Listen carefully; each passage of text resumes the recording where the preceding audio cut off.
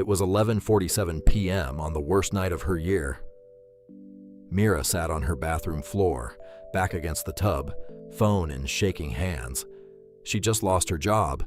Her landlord raised the rent that same morning. She typed out a message to her best friend, needing someone, anyone, to hear her. "I don't think I can keep doing this. Everything is falling apart." She hit send without checking the number twice. 3 dots appeared almost instantly. Then a reply came through. "I don't know who this is, but I'm sorry you're going through this." Mira froze. She checked the contact. It wasn't her friend at all. It was a wrong number, a total stranger. Embarrassed, she typed back, "I'm so sorry, wrong number." The stranger replied, "It's okay. For what it's worth, it does get better." She stared at the message for a long time before responding. "How would you know that?" she typed, more sharp than she meant. "Because 2 years ago, I was sitting exactly where you probably are right now." Something about that honesty cracked something open in her. She typed back the whole story, every detail, to a complete stranger. He didn't try to fix it. He didn't offer advice. He just listened. His name was Daniel. That's all she knew. No last name, no photo. Their conversation lasted until 3 a.m. that first night. Neither of them suggested meeting. Neither of them asked for more. Somehow, that made it easier to be completely honest. The next night, she texted again, just to see if he'd respond. He did, almost instantly, like he'd been waiting. "Rough day again?" he asked. "Rough month," she replied.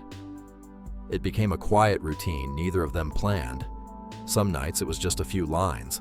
Other nights, hours of conversation. She never asked what he looked like. He never asked either. There was something freeing about being unseen, but still heard. Weeks passed. She started job hunting again, this time with less dread. She told him about every rejection. He never once told her to stay positive. Instead, he'd say, "That one wasn't the right door. Keep knocking." One night, he went quiet for almost 2 full days. She found herself oddly anxious, staring at an unanswered message. When he finally replied, he said he'd been in the hospital. Nothing serious, he said, just needed rest. But it scared her more than she expected. "I didn't realize how much these messages meant until they stopped," she wrote. He replied simply, "Same." Months turned into a season. Autumn leaves outside her window turned gold. She landed a new job. She texted him before she told her own family. "You did that, not me," he replied. "I just listened." "Maybe listening was exactly what I needed," she wrote back. Their messages became less about crisis and more about small, ordinary things. What she cooked for dinner. A song stuck in his head. A dumb joke at 1 a.m. It wasn't romantic. It wasn't even really friendship in any normal sense. It was something else. Something without a name. One night, she almost typed, "We should meet sometime." She deleted it before sending. She wasn't sure why. Maybe she was afraid a face would change what this had become. Maybe some things only work in the space between 2 phones at midnight. Winter came. She texted him on New Year's Eve, alone in her apartment. "Any resolutions?" he asked. "Answer my phone more carefully," she joked. "Please don't," he replied. "I like this exactly as it is." She smiled at that longer than she'd smiled in months. Spring arrived. She got promoted. She texted him a photo of her new desk. It was the first photo either of them had ever sent. Just an empty desk with a plant on it. No faces, no identity. He sent one back, a cup of coffee on a windowsill, sunlight streaming in, small glimpses, never enough to know each other, just enough to feel close. One evening, she asked him something she'd wondered for a year. "Do you ever think about what would have happened if I never sent that first text?" He took a while to respond, longer than usual. "I think about it all the time," he wrote. "That message saved my week, too." She hadn't known that. She'd always assumed she was the one being helped. "You were struggling too?" she asked. "That same night," he replied. "I was about to call someone for help. Then your message came in instead." For the first time, she realized this wasn't one person saving another.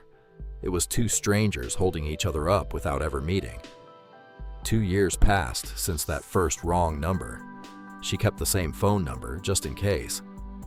He did too. Neither of them ever suggested video calling. Neither wanted to. There was an unspoken agreement neither of them had made out loud. Some things are better left exactly as they started. One night, she typed something she'd never said before. "I don't know your last name, your face, or your voice. But you've heard me through more than almost anyone in my life." He replied simply, "You've done the same for me." "Thank you for replying that night," she wrote. "You could have just ignored it." "I almost did," he admitted. "I'm glad I didn't." She looked out her window at the same view she'd had that very first night. Different job, different apartment, same phone, same stranger on the other end. She realized healing didn't always come from grand gestures or big reunions. Sometimes it came from a wrong number, answered kindly, at exactly the right moment. Somewhere right now, someone is one text away from giving up.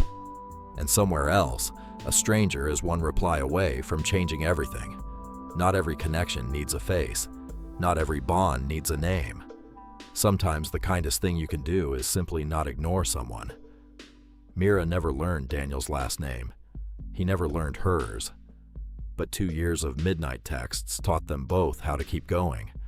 Because sometimes the wrong number turns out to be exactly the right person.